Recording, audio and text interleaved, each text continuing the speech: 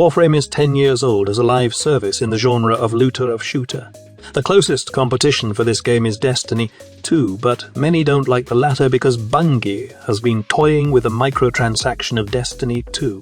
Also, Destiny 2 players are not happy, saying that it's the most toxic relationship they have in all their gaming years. The latest hate that the developer got from the community was when they said that they have no plans for improving Crucible, and then they released the trailer of their upcoming PvP game called Marathon. This game will have no single-player campaign though, and the world will be structured around evolving zones where players fight over loot before their teams can extract them. To the degree there's a narrative, it sounds like it will be based around players' actions and discoveries, similar to the meta-narrative in Destiny 2 when completed raids and community quests unlock new content and areas. Also, this seems to imply that Bungie will be focusing more towards PvE content from now on, just like what Warframe did several years ago when they have said that Warframe is a PvE-oriented game and they have no plans in expanding the player versus player experience of the game. That might change in the future, who knows, but for now, I don't think we will be seeing anything about it. While the community of both Warframe and Destiny 2 sometimes complains about their respective games, still, players tend to come back when there's a new update. It's kind of hilarious, especially in Destiny 2, as when a new update comes, Destiny 2 players kept coming back like nothing had happened or they haven't complained about anything.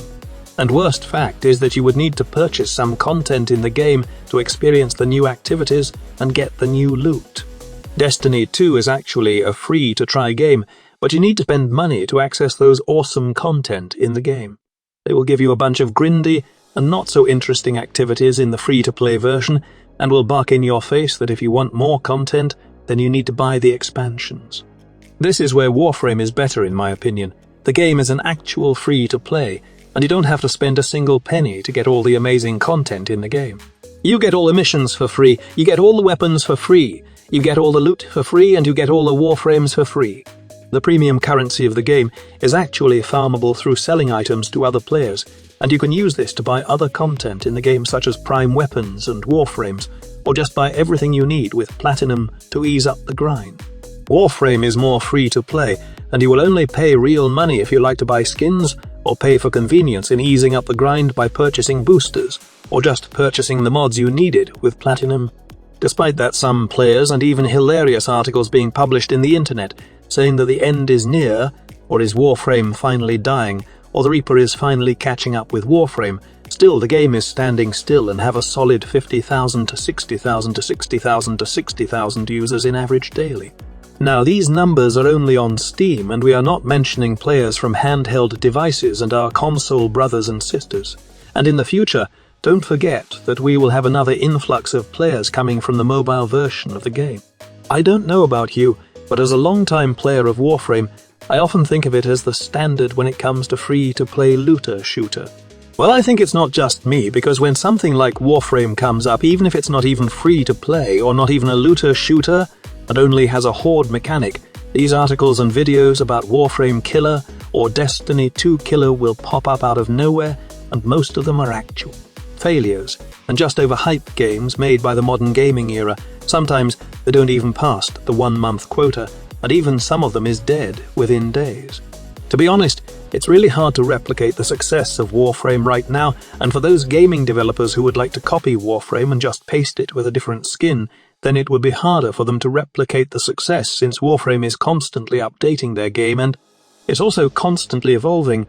If they will just copy the structure of Warframe with nothing new, then it is destined to fail. Another reason that it would be hard is because Warframe is like a game full of minigames. Whenever Digital Extremes got a crazy inspiration, they then put it to Warframe.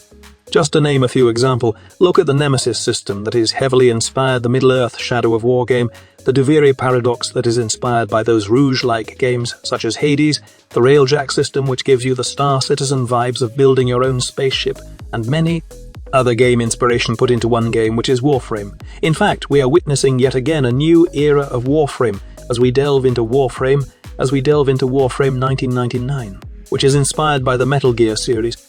Honestly, it's hard to pick up a game just like Warframe and enjoy it when you already foresaw the grind you will be experiencing a new game. And now, there's a new game which is similar to Warframe that I would like to try. However, I'm skeptical at the moment because of two reasons. First of all, would it be a good pastime for me when there's no content for me? It was no content for me in Warframe. And secondly, will the developer not mess this up? I'm talking about the first Descendant that is in closed beta right now, and I will be trying it tomorrow.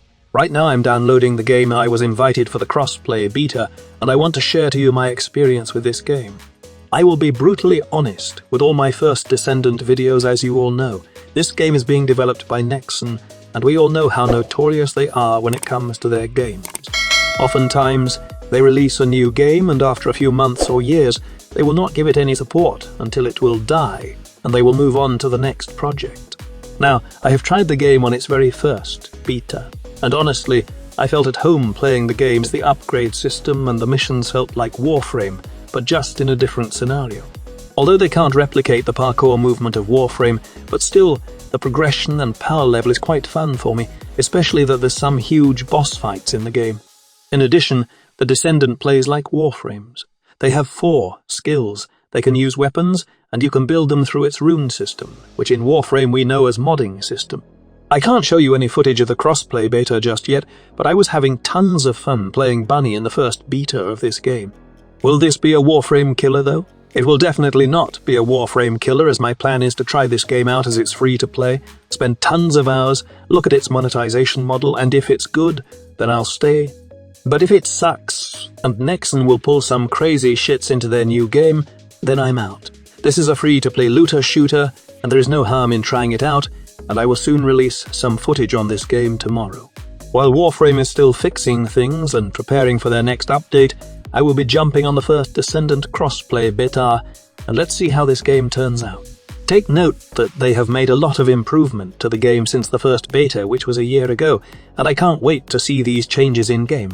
Now, I would also like to know if you were given access to the first Descendant crossplay beta. Will you be playing the game? Let me know in the comment section below. Thank you so much for watching. Squad Leader signing off.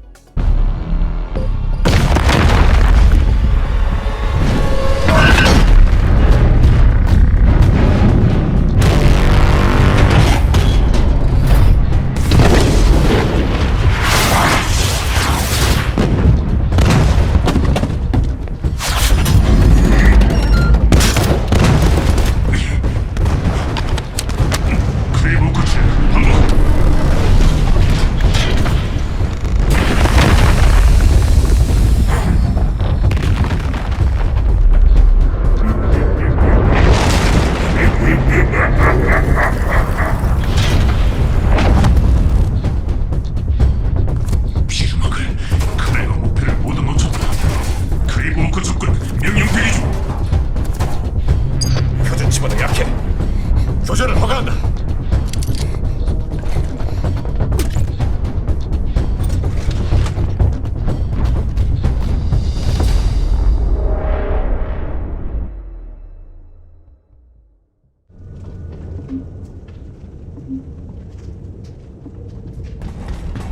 한번 해보자.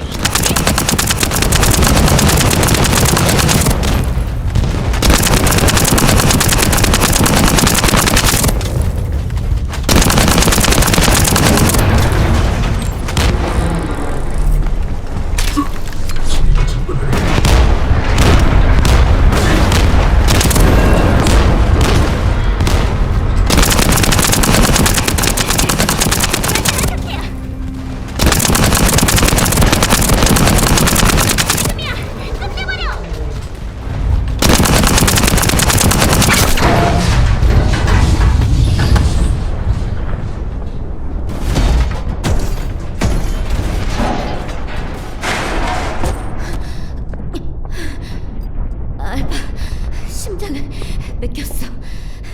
내 탓이야.